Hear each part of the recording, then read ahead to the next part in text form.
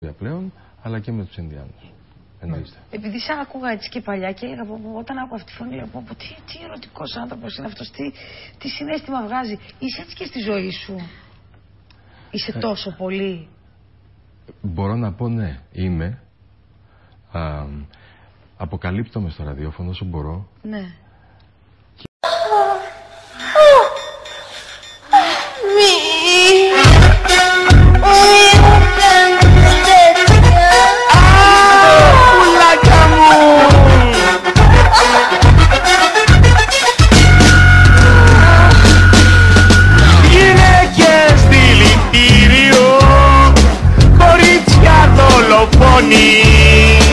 Τρελές μα πολιτήριο, το κάνατε το κύριο, με τετρά κινητήριο. Έχει μέτρο και ποτέ δεν μ' άρεσε σαν λέξη, ενώ η αλληλεγγύη δεν έχει μέτρο, είναι αξία. Και πιστεύω αν ο κάθε άνθρωπος είναι αλληλέγγυος, δεν θα είχαμε ούτε ομάδες στο περιθώριο, δεν θα υπήρχε φτώχεια και δεν θα υπήρχαν πολλά πράγματα. Δυστυχώς η φιλανθρωπία αυτά τα ενισχύει. Ο Νίκος ο Καραβέλλας ξεκίνησε το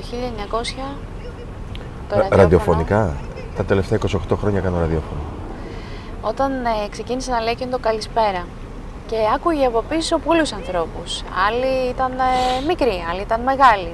Ερωτικές απογοητεύσεις.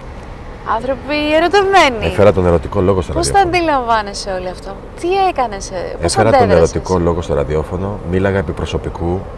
Στο τρίτο πρόσωπο πάντα. Δεν χρησιμοποιώ πληθυντικό. Είμαι άμεσος όσο μπορώ. Είμαι φίλος. Είμαι αδελφός. Είμαι πατέρας. Είμαι παππούς. Είμαι εγγόνι. Είμαι τα πάντα. Στο ραδιόφωνο η αλληλεγγύη που είπες πριν έχει να κάνει και με μια ιστορία που είχα ακούσει. Πώς βοήθησες εσύ αυτά τα δύο τα παιδιά? Πολλές ιστορίες. Ήταν μια κοπέλα η οποία ήταν στην Αγγλία. Πολύ δύσκολη κατάσταση, κομματώδη κατάσταση και είχε πει η τελευταία της επιθυμία ήταν πριν φύγει να ακούει τη φωνή μου, να ήταν το τελευταίο πράγμα που να ακούγε. Ο αραβωνιαστικός της έβαζε τη φωνή μου όταν δεν με κόμμα, ξύπνησε η κοπέλα αυτή. Στο τελευταίο στάδιο καρκίνου και αυτή τη στιγμή... Καλησπέρα σας. Ονομάζομαι Νίκος Καραβέλλας.